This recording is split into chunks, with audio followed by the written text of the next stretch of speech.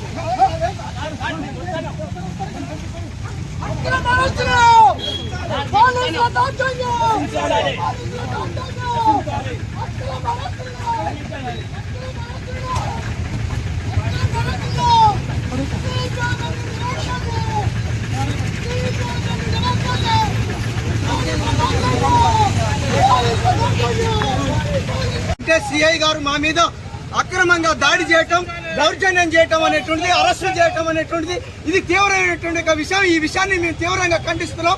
కావాలని పోలీసులు మమ్మల్ని రెచ్చగొడుతూ మమ్మల్ని అరెస్ట్ చేసేటువంటి